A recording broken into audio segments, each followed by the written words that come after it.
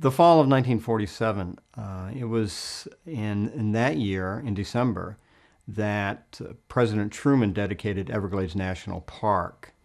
And Everglades National Park was the first national park, established to preserve biological conditions rather than just simply create a recreational area for park goers or to preserve the aesthetic beauty of a landscape. It required a 20-year struggle of Floridians to establish that park.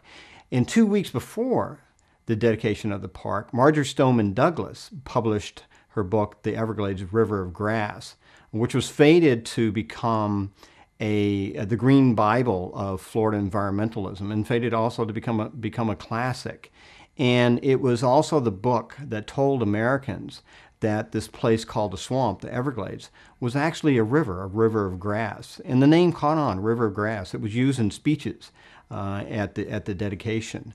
But also in the fall of 1947, South Florida was hit by a devastating hurricane, which was followed by weeks and weeks of heavy rains, which caused untold economic damage to the agricultural region of the Upper Everglades. And you have to remember that before the Great Depression, before World War II, Americans were too defiantly proud to accept any sort of relief from the federal government or the state government. But in 1947, the nation's at peace.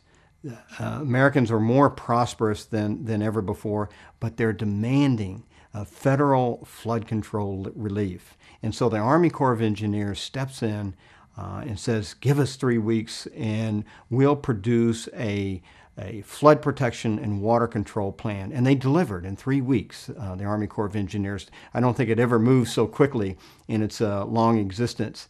And the federal government and the state adopted the so-called comprehensive flood control plan.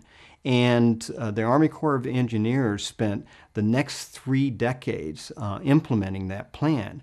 And it wreaked havoc with the environment, but what it also, in the Everglades, but what it also did was it established or validated the Army Corps of Engineers' ability in Florida to indeed control the environment, to remake it in whatever fashion they wanted to remake it. And it set a precedence for the way Floridians in the post-World War II would treat wetlands.